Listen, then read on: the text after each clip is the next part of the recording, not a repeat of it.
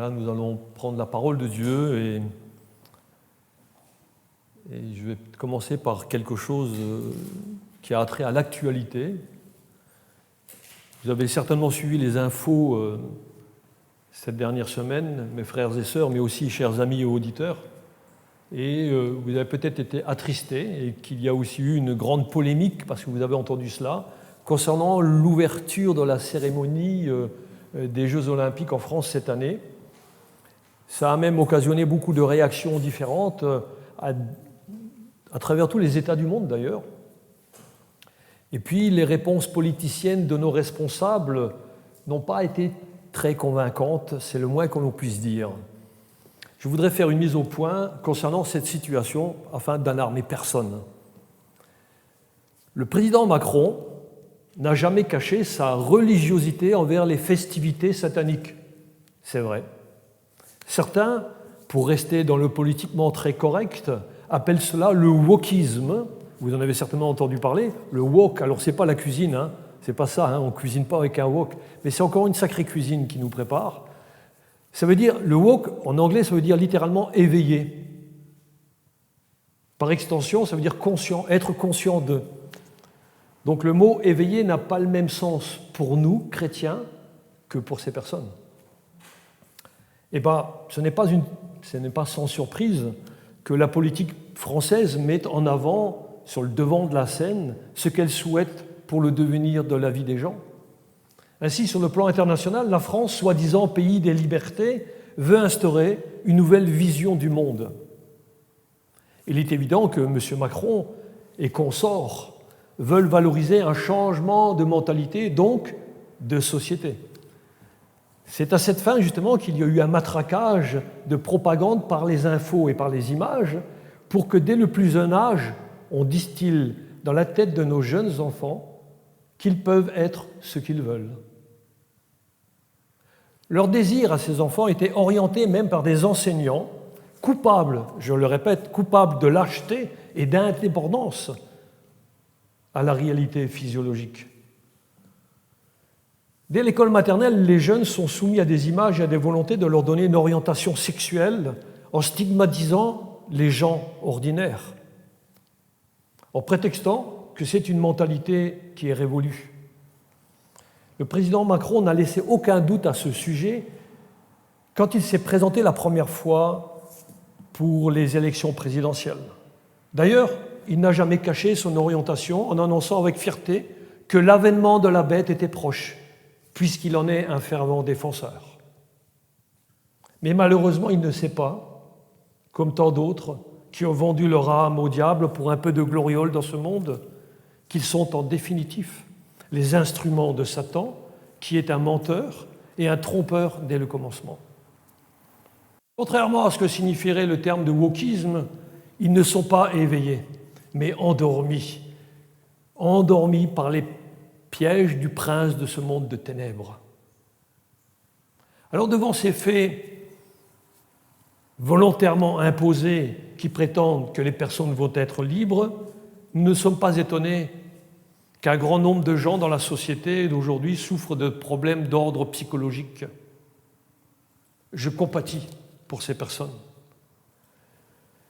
Et je compatis aussi pour nos autorités dans ce beau pays de France qui ne savent pas encore ce qui les attend à l'instant même de leur fin de vie ici-bas. Ces personnes ont besoin de notre compassion, mes amis, et de notre témoignage que Jésus-Christ est le seul qui puisse changer leur existence, leur mentalité, dès à présent, pour une vie heureuse et bénie pour l'éternité. Il est utile de rappeler, dès à présent, que dans ces temps de folie que beaucoup affichent, que chacun vit ici-bas uniquement dans le but de glorifier Dieu. Mes amis, vous qui nous écoutez, si vous ne savez pas ce que c'est que votre vie, vous vous posez peut-être des questions, mais votre vie, vous avez eu la vie pour un seul but, glorifier Dieu, pas autre chose. Alors, nous-mêmes, nous ne devons pas manquer de discernement par rapport aux esprits qui nous entourent et de toujours recentrer les regards sur Jésus-Christ, sur sa parole, la Bible, qui nous donne des principes C'est pour ça qu'on doit avoir le discernement des esprits pour savoir ce que véhiculent les personnes. Parce que les personnes ont besoin de vivre une vie nouvelle, mais une vie épanouie et heureuse sous le regard de Dieu. C'est lui notre Créateur, ne l'oublions jamais. L'homme n'est pas venu comme ça pour rien. Dans notre société, tout est fait pour faire croire que ce qui est permis est un chemin vers l'accomplissement de soi, le plein épanouissement. Fais ce qu'il te plaît. Carpe diem.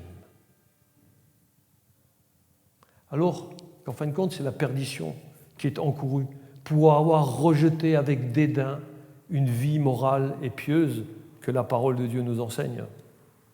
C'est pour cela, mes frères et sœurs et amis, nous laisserons les principes de ce monde de côté et nous allons porter maintenant nos regards sur ce que la parole de Dieu nous enseigne.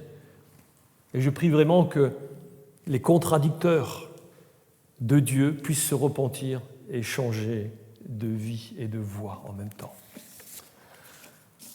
Aussi, frères et sœurs et amis, et vous, chers auditeurs, prenez patience. Le temps de notre délivrance est proche. Supportons avec joie les différentes afflictions que nous vivons et ayons toujours confiance que tout concourt au bien pour ceux qui sont appelés selon le dessein bienveillant de Dieu. Et pour ce faire, je vous invite à lire la Bible, à ouvrir ce livre merveilleux dans le chapitre des psaumes. Les psaumes, et nous allons lire le psaume 1er. Au préalable, je voudrais prier juste avant.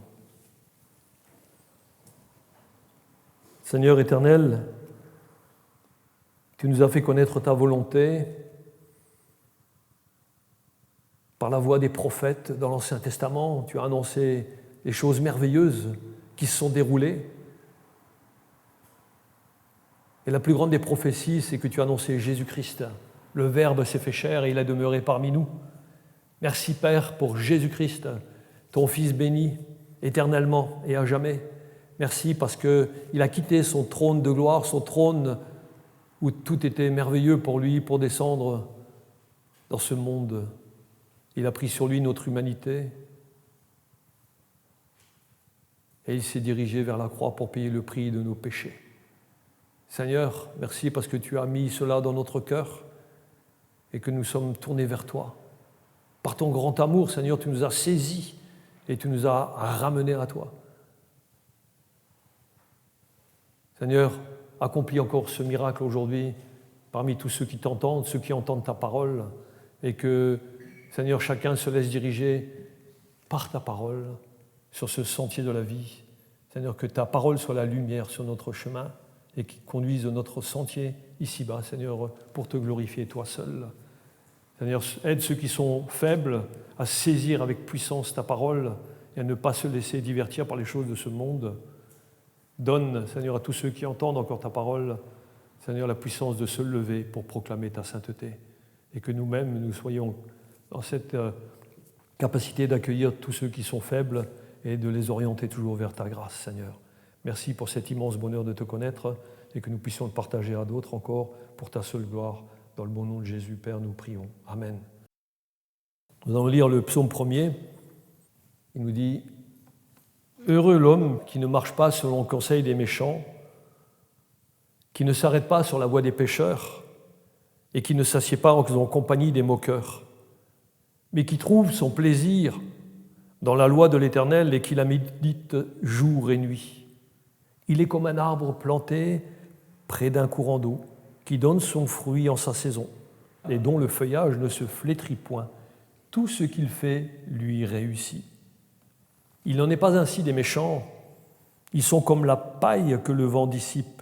C'est pourquoi les méchants ne résistent pas au jour du jugement, ni les pécheurs dans l'assemblée des justes. Car l'Éternel connaît la voie des justes, et la voie des pécheurs mène à la ruine. Voilà, quand nous lisons ce texte, nous comprenons qu'il n'y a que deux classes d'humains, ou les justes ou les méchants, qui résulte aussi qu'il y a deux voies, mais aussi deux destinées. Ainsi, donc vous avez entendu, le premier mot, c'est « heureux ». La parole nous appelle à être heureux. Heureux, d'ailleurs, c'est ce terme qui revient souvent dans les psaumes, et même avec la parole de Jésus qui nous dit « Heureux ceux qui ont cru ». Voyez-vous, il y a du bonheur à être dans les voies du Seigneur. Donc on voit que la première application, c'est que il y a le juste et sa voie. Et comme le dit le psaume 1er, verset 21, « Heureux l'homme qui ne marche pas selon le conseil des méchants ». Et la voie du juste, c'est justement celui qui s'abstient du mal. Donc je le répète, le premier mot que nous avons trouvé ici, c'est « heureux ». C'est là où le Seigneur veut nous conduire chacun. Heureux en hébreu se dit « esher », qui signifie bonheur, bénédiction. Alors le bonheur, qu'est-ce que c'est ? Qu'est-ce que c'est aux yeux du monde, le bonheur ? Le bonheur aux yeux du monde se résume à quoi ? Vous le savez certainement, hein ? À l'argent, au sexe, à la réussite, avoir une maison, avoir une santé, une bonne santé, avoir des honneurs, une estime de soi. Et puis vous pourrez continuer à mettre tout ce que vous voudrez. Mais le bonheur, selon Dieu,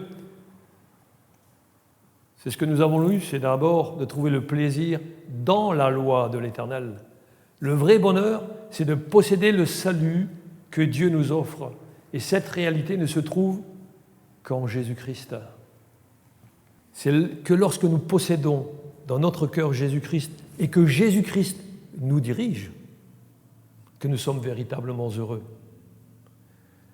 Le vrai bonheur, voyez-vous, ne peut que commencer que par la réconciliation avec Dieu, par le pardon des péchés que le Seigneur Jésus-Christ accorde à tout pécheur qui se repent. Ainsi, la voie du juste, c'est qu'il s'abstient du mal. Le texte du jour nous révèle que l'homme heureux ou béni, c'est celui qui s'abstient de la politique impie. Déjà, en ce temps-là, comme au temps de David, eh bien, le psalmiste, il est conscient que le péché règne partout. Donc, il n'y a rien de nouveau sous le soleil. Mais celui qui aspire à être fidèle à Dieu doit comprendre qu'il n'a pas à agir comme le plus grand nombre. Non, mon ami, tu n'as pas à agir comme le monde. La première chose qui interpelle dans ce texte, c'est qu'il nous est de ne pas faire, c'est-à-dire de ne pas marcher selon le conseil des méchants. Le juste, c'est celui-là, justement, qui s'abstient de se conduire d'après les principes et d'entretenir les mêmes illusions que le monde. Méchant, en hébreu, se dit racha. Ça signifie le coupable, celui qui est hostile à Dieu, celui qui mérite la mort. Les méchants, au sens spirituel du terme, sont ceux qui organisent leur vie sans tenir compte de Dieu. Il n'y a aucun respect pour lui. Et puis, ils se comportent comme s'il n'existait pas. Ils sont donc de mauvais conseils pour ce qui est de la conduite de la vie.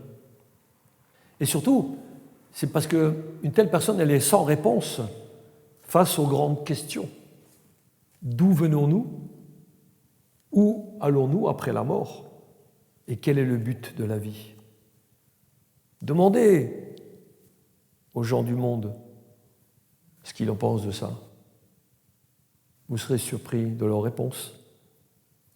Ils n'en pensent rien. Vous savez que la majorité des partis de nos contemporains eh bien, sont des êtres qu'on peut appeler méchants. Non pas qu'ils soient foncièrement mauvais, mais ils sont méchants dans le sens où ils refusent Dieu. Parce qu'ils peuvent mener une vie irréprochable. Voyez-vous, c'est des personnes, peut-être que vous étiez pareil, vous vous leviez de bon matin, sans une pensée pour Dieu. On ne rend pas grâce à Dieu pour les bienfaits que nous recevons, comme la santé, la nourriture, l'habillement, le logement, la voiture, le travail, etc., etc. Les gens croient que tout cela leur est dû, parce qu'ils ont gagné cela à la sueur de leur front. Ils oublient que s'ils ne bénéficiaient pas de la grâce de Dieu, ils faneraient en un instant. En un instant. Il ne resterait plus rien. La Bible nous met en garde avec ces trois verbes conjugués au présent. Marche, s'arrête et s'assied. On remarquera aussi qu'il y a une gradation dans le mal. Par contre, le juste ne marche pas selon le conseil des méchants. Alors vous êtes d'accord avec moi que dans la vie, nous avons besoin de conseils, n'est-ce pas? Des conseils solides pour avancer. Ici, le conseil des méchants, c'est l'état d'esprit, la mentalité du monde ambiant qui ne présente rien de bon, aucun bon conseil. Bien plus, ce serait un conseil pernicieux qui est uniquement là pour happer les gens et pour les emmener encore plus profondément dans les ténèbres. C'est pour ça qu'il nous est demandé de discerner ce que la séduction du monde véhicule. Et puis, la séduction que le monde véhicule, elle s'opère d'abord dans quoi? D'abord dans les pensées. On vous projette comme ça des choses dans vos pensées. Et pour nous, disciples de Christ, les pensées ont besoin d'être renouvelées selon la pensée de Christ. C'est l'enseignement de 2 Corinthiens 10, 5 qui nous dit « Nous renversons les raisonnements et toute hauteur qui s'élève contre la connaissance de Dieu et nous amenons toute pensée captive à l'obéissance de Christ. » Mon ami, si tu as des pensées dans ta tête, regarde par rapport à la parole de Dieu, la Bible, si elles sont en accord avec ces mêmes pensées. Sinon, rejette-les et dis au nom de Jésus, je rejette toute pensée mauvaise. Vous savez que nos pensées exercent une grande influence sur notre comportement et sur notre attitude, d'où l'importance que nous avons aussi ce besoin de nous réunir entre frères et sœurs parce que nous sommes convertis à Christ et nous attendons toujours la bonne direction qui vient de sa parole. C'est pour ça que nous avons besoin d'être édifiés ensemble dans la vérité. Alors, par contre, une personne qui s'arrête sur la voie des pécheurs, elle démontre que la séduction a fait son effet en elle. Le juste, lui, ne s'arrête pas sur la voie des pécheurs. Un pécheur, c'est littéralement ceux qui ont pour habitude une vie de péché et qui refusent Dieu. Paul avait averti les chrétiens de Galates en ces termes, en Galates 5, 7, 8, vous courriez bien. Ah, ils avaient bien commencé, hein. Ils étaient avec le Seigneur. Et puis, il pose la question, qui vous a arrêté pour vous empêcher d'obéir à la vérité? Cette influence ne vient pas de celui qui vous appelle. On voit qu'un chrétien peut commencer par une belle approche. Un chrétien entre guillemets, hein, peut commencer par une belle approche, et puis tout d'un coup, il y a encore une fois le monde qui l'attire. Et qu'est-ce qui se passe? Eh bien, il s'arrête. Il s'arrête sur la voie des pécheurs. Pourquoi? Parce que les pécheurs veulent que vous n'obéissiez pas à la vérité. Il nous est dit dans ce texte que cette influence ne vient pas de celui qui vous appelle. Non, Christ, quand il vous appelle à salut, il ne vous arrête pas, il vous fait continuer à marcher fidèlement en lui. Alors on voit que la séduction, elle peut être là, sous différentes formes. Et quand elle fait son effet dans une personne, il s'ensuit une habitude qui va continuer à la faire entrer plus encore dans les ténèbres, puisqu'il va la faire asseoir pour partager la compagnie des méchants. Mais pour le juste, il ne s'assied pas dans la compagnie des moqueurs. Alors bien entendu, nous pouvons partager un repas avec des personnes qui ne sont pas chrétiens, c'est évident. Mais nous n'acquiesçons pas tout ce qu'ils disent et nous leur faisons savoir parce que nous refusons d'entamer une discussion qui dévie de la simple bienséance et de la vérité. Alors pourquoi quelqu'un s'assied-il avec d'autres? Pour parler, pour discuter, et puis aussi accréditer le style de vie. Mais là, si c'est le style de vie des méchants, nous ne devons pas nous asseoir avec eux. Nous ne devons pas être coopérants dans ce qu'ils avancent comme argument pour accréditer leur style de vie. Mais comment cela se fait-il? Eh bien, lorsque quelqu'un est d'accord avec ce que ce monde véhicule, qu'est-ce qui se passe? Quand vous êtes d'accord avec ce que le monde véhicule, qu'est-ce qui se passe? Votre esprit critique, parce que vous devez être dans cet état d'esprit, de toujours regarder, à réfléchir, à comprendre que ce que la personne dit, est-ce la vérité ou est-ce un mensonge bien amené? Oui, le Seigneur ne nous a pas enlevé notre esprit critique, hein. Eh bien, cela devrait nous amener à avoir une réflexion pour savoir si ce qu'il fait, cette personne-là, est bien ou mal. Vous savez, aujourd'hui, ce discernement n'est même plus appliqué par la plupart des chrétiens.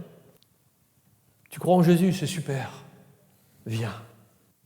Pourquoi? Et à travers le monde, pourquoi les gens ne font plus preuve d'un esprit critique? Parce qu'ils ont été anesthésiés. Je ne sais pas si vous avez déjà été anesthésié, hein, on ne ressent rien. On est indifférent. On peut faire ce qu'on veut avec notre bras. J'étais opéré du bras, on m'a anesthésié, il faisait ce qu'il voulait avec le bras, il le balançait n'importe où, tac, tac. J'avais peur pour mon bras, moi. Mais non, mais c'est la même chose. Quand les choses de ce monde nous anesthésient au point que nous n'avons plus aucune réaction et que nous ne sommes plus capables de discerner la vérité du mensonge, une seule chose à faire, plie les genoux devant le Seigneur et demande pardon pour ton inaction dans ce domaine-là. Oui. Alors, quand on est sans réaction, qu'est-ce qu'on fait? Ben, comme un animal, on suit bêtement le monde. Alors, il arrive finalement que cette personne étouffe ce que Dieu voudrait lui enseigner. Et qu'est-ce que fait cette personne? Elle va rejoindre inévitablement les moqueurs dans leur refus de Dieu. Remarquez une chose, hein, c'est que les mauvais conseils font le malheur de ceux qui les écoutent. Malheur à l'homme qui se confie à l'homme.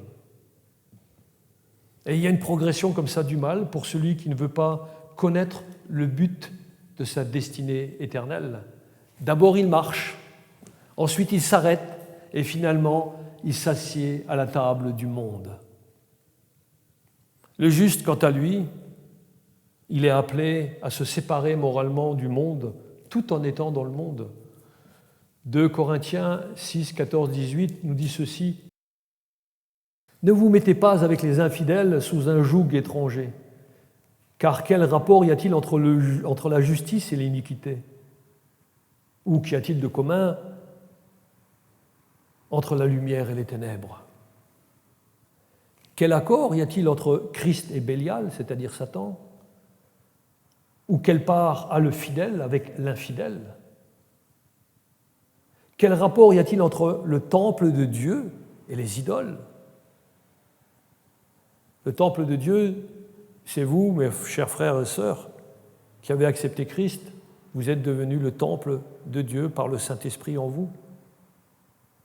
Alors, qu'est-ce que nous avons à faire avec les idoles et tous ceux qui propagent encore de l'idolâtrie? Car nous sommes le temple du Dieu vivant, comme Dieu l'a dit, « J'habiterai et je marcherai au milieu d'eux, je serai leur Dieu et ils seront mon peuple. » C'est pourquoi Dieu nous demande quelque chose. « Sortez du milieu d'eux et séparez-vous, dit le Seigneur. Ne touchez pas à ce qui est impur et je vous accueillerai. Je serai pour vous un père et vous serez pour moi des fils et des filles, dit le Seigneur Tout-Puissant. » La parole nous montre bien qu'on doit avoir et qu'il doit y avoir une séparation. Maintenant, si le juste se refuse à marcher selon le monde, que fait-il donc ce juste? Eh bien, il va suivre le programme du verset 2. « Heureux l'homme qui trouve son plaisir dans la loi de l'Éternel et qui la médite jour et nuit. » Si on vous pose la question, où se trouve le bonheur ici-bas? Que répondriez-vous? Il ne se trouve que dans la parole de Dieu. Il est impossible d'imaginer autre chose qui puisse contenter un être humain que la révélation même de Dieu. En effet, la Bible elle est largement suffisante pour tous les jours de notre vie. Et c'est de cette parole que nous vient l'instruction nécessaire pour traverser chaque situation de notre existence. Méditer la Bible jour et nuit peut paraître un brin prétentieux, n'est-ce pas? Oui, mais ça c'est au prime abord. Pourtant, lorsqu'on y applique notre intelligence pour réfléchir et se pencher sur le texte, on y trouve ce que l'on doit mettre en pratique pour notre propre vie. Et méditer la parole de Dieu, c'est bien, mais ce n'est que le premier pas. Parce qu'il faut aussi l'appliquer dans sa vie cette parole. Ne soyez pas des auditeurs oublieux. Ce n'est qu'en méditant la Bible que notre vie va s'enrichir de relations avec Dieu. En faisant ainsi, tu deviendras un canal qui achemine la bénédiction de Dieu vers les autres. Et nous tous, nous devrions chacun nous examiner dans ce domaine pour savoir où nous en sommes. Vous savez, méditer la Bible, lorsque vous la lisez le soir avant d'aller vous coucher, et que vous ne comprenez pas le texte, vous pouvez demander au Seigneur, éclaire-moi, guide-moi, montre-moi. Qu'est-ce que ça transforme dans ma vie? Qu'est-ce que je dois changer dans ma vie? Qu'est-ce que ça implique pour ma vie? Et allez vous coucher. Pendant la nuit, vous allez méditer, parce que vos pensées vont être dirigées à la parole de Dieu. Et vous allez suivre les conseils de la parole de Dieu à ce moment-là. Donc vous aurez des bons conseils pendant la nuit. Et le matin, quand vous allez vous lever, vous allez penser à ces choses extraordinaires que Dieu met dans votre cœur et vous aurez un début de matinée merveilleux dans ses voies. Vous savez que nous avons besoin de méditer la Bible parce que c'est elle qui enrichit notre vie de chaque jour. Vous savez que, et nous l'avons tous expérimenté un jour ou l'autre, ce n'est que lorsque nos pensées et notre affection sont tournées vers Dieu que notre être tout entier, notre être, il va se transformer et l'on y trouve justement les caractéristiques du juste. C'est le verset 3 qui nous dit cela. Il est comme un arbre planté près d'un courant d'eau qui donne son fruit en sa saison et dont le feuillage ne se flétrit point. Tout ce qu'il fait lui réussit. Vous avez vu la comparaison que la Bible donne? Le juste, il est comparé à un arbre vigoureux. Qu'est-ce que ça représente, l'arbre? C'est le symbole de la sécurité. C'est le symbole de la solidité et de la stabilité malgré les tempêtes de la vie. Le courant d'eau, lui, nous parle du rafraîchissement qui est donné par l'Esprit de Dieu. Et ça montre aussi que c'est la grâce de Dieu qui coule vers nous. Et nous avons dans sa grâce, sa bénédiction et sa protection. Jésus a dit en Jean 7, 38, « Celui qui croit en moi, des fleuves d'eau vive couleront dans son sein, comme dit l'Écriture. » Alors c'est une belle image pour nous montrer que lorsque l'on est avec le Seigneur, son esprit de vérité nous fait parler de lui. Et ça, ce sont des fleuves d'eau vive qui coulent en dehors de notre cœur. Vous savez que c'est l'eau qui rend la vie possible, n'est-ce pas? En Amérique, dans l'État de Californie, il y a la vallée de la mort. Et là, il n'y a pas le moindre brin d'herbe. Pourquoi? Parce qu'il ne pleut jamais. Pourtant, en une année, en 2005, il y a eu ce qu'on appelle une anomalie climatique. Et il y a eu des trombes d'eau qui se sont abattues sur cette vallée. Alors, miracle, on pourrait dire, il y a eu une végétation luxuriante et fleurissante qui a soudainement jailli de la poussière et a duré pendant plusieurs semaines. L'eau a abreuvé la terre et a tout fait pousser. Il en est de même pour une personne qui peut paraître morte aux premiers abords, sans fruit, mais dès qu'elle se confie par la foi en Dieu et en méditant sa parole, elle va s'épanouir comme un arbre vert. Alors toi qui nous écoutes aujourd'hui, peut-être que tu es comme cela, sans fruit. Mais dès que tu vas te confier par la foi en Christ et que tu vas méditer sa parole, les autres vont remarquer que tu vas t'épanouir et tu vas devenir comme un arbre luxuriant. C'est parce qu'il va sortir quelque chose de toi et que les gens vont être surpris même. Tiens, ce n'est pas la personne que je connaissais, elle a changé. Et tu pourras à ce moment-là témoigner que c'est la grâce de Dieu dans ta vie qui te fait t'épanouir. Parce que Dieu veut que tu sois celui que lui, il veut que tu sois. Et puis, nous voyons aussi que le fidèle va porter du fruit et cela se fera en sa saison. J'ai un cerisier à la maison. Ces fruits viennent vers la mi-juin. Avant, il n'y en a pas. Après, c'est trop tard. On appelle ça le temps des cerises. Et là, il nous est précisé que le fidèle qui persévère sans se relâcher dans son travail portera aussi du fruit dans son temps.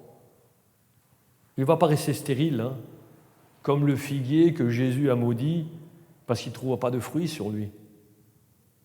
Mais là, c'était une métaphore du peuple d'Israël qui a failli à son appel. Tandis que le chrétien, quand il a l'Esprit de Dieu en lui, il portera du fruit. C'est la parole de Dieu qui le dit. Vous savez, un croyant fidèle, il est comme un arbre avec des feuilles qui sont persistantes. Ce sont des arbres qui sont pleins de vitalité et où qu'ils se trouvent, leur vie spirituelle n'est pas soumise au changement. Non. Le monde, oui, il va changer, mais toi, tu n'es pas soumis au changement de Dieu. Pourquoi ? Parce que c'est Dieu qui te préserve de tout changement. Vous savez, les difficultés de la vie, les épreuves, les tentations ne sont que des circonstances qui nous donnent l'occasion de montrer que notre force, nous la tirons dans la présence du Seigneur, pas de nous-mêmes. Oui, pas de nous-mêmes. Et la suite, il nous est dit que tout ce qu'il fait lui réussit. La raison est simple. Si nous avons une communion avec le Seigneur, tout ce que nous faisons pour lui, nous le faisons en étant d'accord avec ce que la parole nous enseigne. Parce qu'on le fait en nous laissant nous diriger par l'Esprit de Dieu. C'est la seule manière efficace de réussir dans notre vie de disciple. C'est se laisser conduire par l'Esprit de Dieu. Alors, si quelquefois il peut sembler que vous échouiez dans ce que vous entreprenez, n'ayez pas peur. C'est que Dieu veut vous donner quelque chose de bien meilleur. Et oui, parce que souvent de fois, nos pensées voudraient nous faire aller dans quelque chose, et puis tout d'un coup, on échoue. Eh bien, il est temps de se poser la question, Seigneur, que veux-tu que je fasse ? Parce que c'est à ce moment-là que le Seigneur veut nous interpeller. Il va dire, non, j'ai quelque chose de merveilleux pour toi, plus grand. Et c'est là où le Seigneur nous surprend toujours. Mes pensées sont vos pensées. C'est ça. Donc on voit que laissons le Seigneur faire dans notre vie et nous allons nous épanouir et porter du fruit. Alors si nous avons vu que la voie des justes, eh bien le psalmiste maintenant va nous décrire la voie des pécheurs. Puisqu'il dit au verset 4, « Il n'en est pas ainsi des méchants qui sont comme la paille que le vent dissipe. » Effectivement, la voie des méchants, ce sont des pécheurs non repentants, parce que nous savons tous que nous, ici présents, nous sommes des pécheurs qui se sommes repentis. Et chaque jour, lorsque nous péchons, nous nous repentons de notre péché. C'est comme dans le psaume 50, 16, 17, parce que là, Dieu met un point. Il dit, regardez, ce méchant-là, il ne s'est pas repenti. Et il dit au méchant, quoi donc ? Tu énumères mes lois et tu as mon alliance à la bouche, toi qui hais les avis et qui jettes mes paroles derrière toi. D'après vous, il s'adresse à qui, Dieu, là ? À des religieux, à des personnes qui se disent chrétiens, à des pasteurs, à des enseignants. Dieu met en garde tous ceux qui refusent sa présence, tout autant que le religieux. Oui, et les religieux de tout ordre, qui s'imaginent être sauvés de la colère de Dieu, alors qu'en fin de compte, ils rejettent la vérité de l'Évangile. En effet, ce ne sont pas ceux qui disent « Seigneur, Seigneur » qui hériteront du royaume, mais seulement celui qui fait la volonté du Père qui est dans les cieux, qu'avait dit Jésus. Alors, toutes ces personnes, tous sans aucune exception, ils ont une caractéristique, c'est qu'ils sont comme la paille que le vent dissipe. La vie d'un pécheur, donc d'un méchant selon Dieu, c'est quelqu'un qui est trouvé léger et qui n'a aucune utilité pour donner la vie à d'autres. Et là, il y a dans ce verset un exemple de la vie agricole d'autrefois, de ces temps anciens, qui nous permet de saisir cette réalité. À l'époque, là, au temps de Jésus et bien avant aussi, il n'y avait pas des machines modernes actuelles. Alors, lorsqu'on ramassait les têtes des gerbes de blé avec une faucille, les gens, quand ils avaient ramassé cette tête de blé, eh bien, ils les mettaient sur une aire, c'est-à-dire un sol plat, et avec un fléau, ils tapaient sur le sol pour séparer le grain avec la partie de la paille. Et puis après, comment qu'ils faisaient? Parce que tout était mélangé encore. Donc ils prenaient une pelle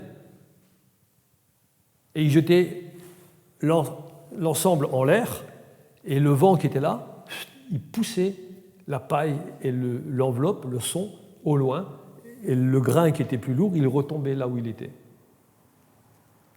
La paille représente tous ceux qui n'ont aucune consistance et qui, lorsque vient des vents contraires dans leur vie, perdent toute stabilité.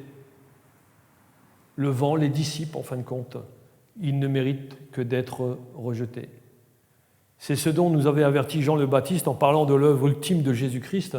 C'est en Matthieu 3,12 qu'il dit « Il a son van à la main », donc c'est-à-dire une espèce de pelle, c'est de Jésus. « Il nettoiera son aire et il amassera son blé dans le grenier, mais il brûlera la paille dans un feu qui ne s'éteint point. » Cette image-là, elle est très parlante parce qu'elle exprime la séparation qui aura lieu entre les incrédules et les justes.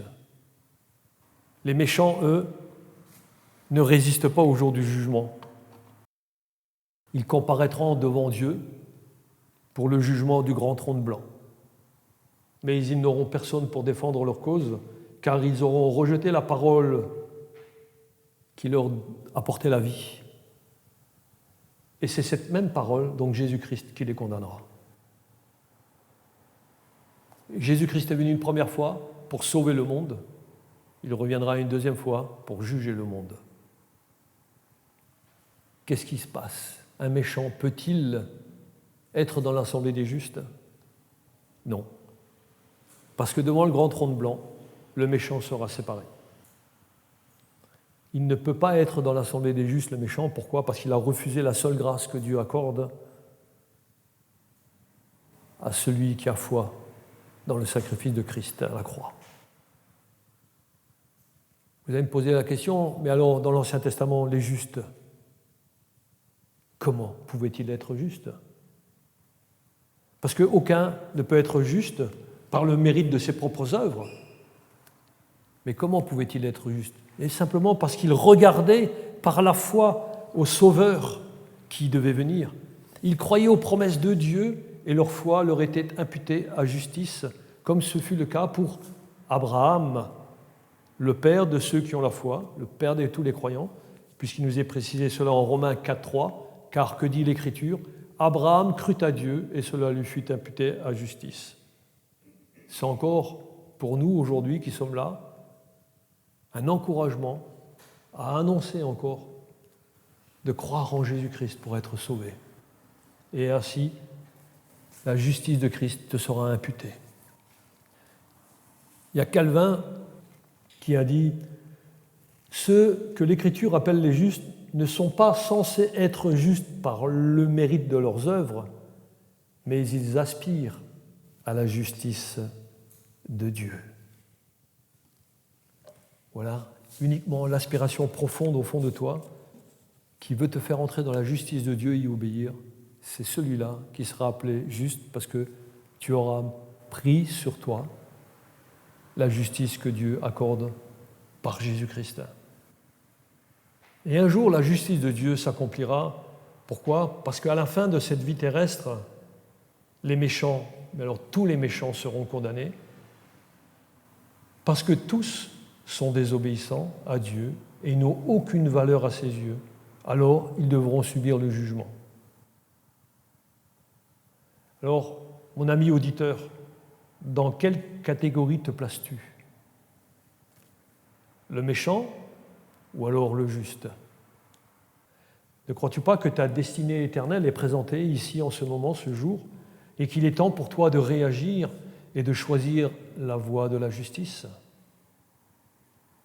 Alors présente-toi devant le seul qui va juger toute la terre et repens-toi pendant que tu as encore la vie. 2 Pierre 3,9 nous dit « Car le Seigneur ne tarde pas dans l'accomplissement de la promesse comme quelques-uns le croient, mais il use de patience envers vous, ne voulant pas qu'aucun périsse, mais voulant que tous arrivent à la repentance. Le maître mot, la repentance, c'est-à-dire confesser à Dieu, bien sûr, les péchés que tu as commis, mais aussi le péché de ne jamais avoir cru en lui. Parce que tous les hommes qui seront condamnés parce qu'ils n'ont jamais cru en Jésus-Christ, qui est venu apporter la réconciliation avec Dieu le Père. On arrive à la fin. À l'issue du deux chemins de toute vie, il y aura un jugement. Comme le déclare le verset 6, « Car l'Éternel connaît la voie des justes et la voie des pécheurs mène à la ruine. » Que personne ne s'y trompe. Dieu est omniscient. Il connaît toutes choses. Il nous connaît tout sur nous. Il est au courant de notre vie. Alors peut-être que dans ta vie, tu as subi des choses malgré toi-même, par la tromperie aussi des hommes, certes, mais aussi parce que tu as obéi à la convoitise de ta chair. Mais il t'appartient aujourd'hui de te séparer pour aller dans la voie des justes. Alors prends cet engagement. Ce premier psaume compare donc deux hommes, deux façons de vivre et deux destinées. L'une est une voie sans issue qui conduit à la mort, et l'autre, elle mène à la vie éternelle. Quelle sera votre destinée? Il y a là un réel avertissement pour ceux qui refusent la grâce de Dieu. Un jour, un nouvel ordre sera caractérisé, non pas par la volonté des hommes, mais par la justice de Dieu. Alors il est temps pour chacun d'accepter le Seigneur Jésus comme son sauveur personnel. Rappelez-vous, pendant votre vie de vanité, qu'une vie juste n'est que le résultat d'une vie en Christ. Les méchants dont parle la Bible sont ceux qui refusent de reconnaître le besoin de fléchir les genoux devant le Seigneur. Ils préfèrent leur péché plutôt que de recevoir le Sauveur. En faisant ainsi, ils signent eux-mêmes leur condamnation pour l'enfer éternel, malheureusement. Oui, si ce psaume il vient en premier, d'où l'importance de le lire et de le méditer, c'est parce qu'il veut nous présenter cette réalité spirituelle, que chacun sache où il en est dans sa vie. Mais une chose, il faut que tu saches, c'est que Dieu veut te conduire. Alors fais le choix d'une vie de justice en Christ. Et je rajouterai, louez l'Éternel, vous tous les peuples, pour sa bonté envers ceux qui le craignent, que son nom soit éternellement béni dans votre vie. Amen. Amen. Donc faites le choix de vous conduire dans une vie de relation avec Jésus-Christ et que son nom soit glorifié dans votre existence. Amen.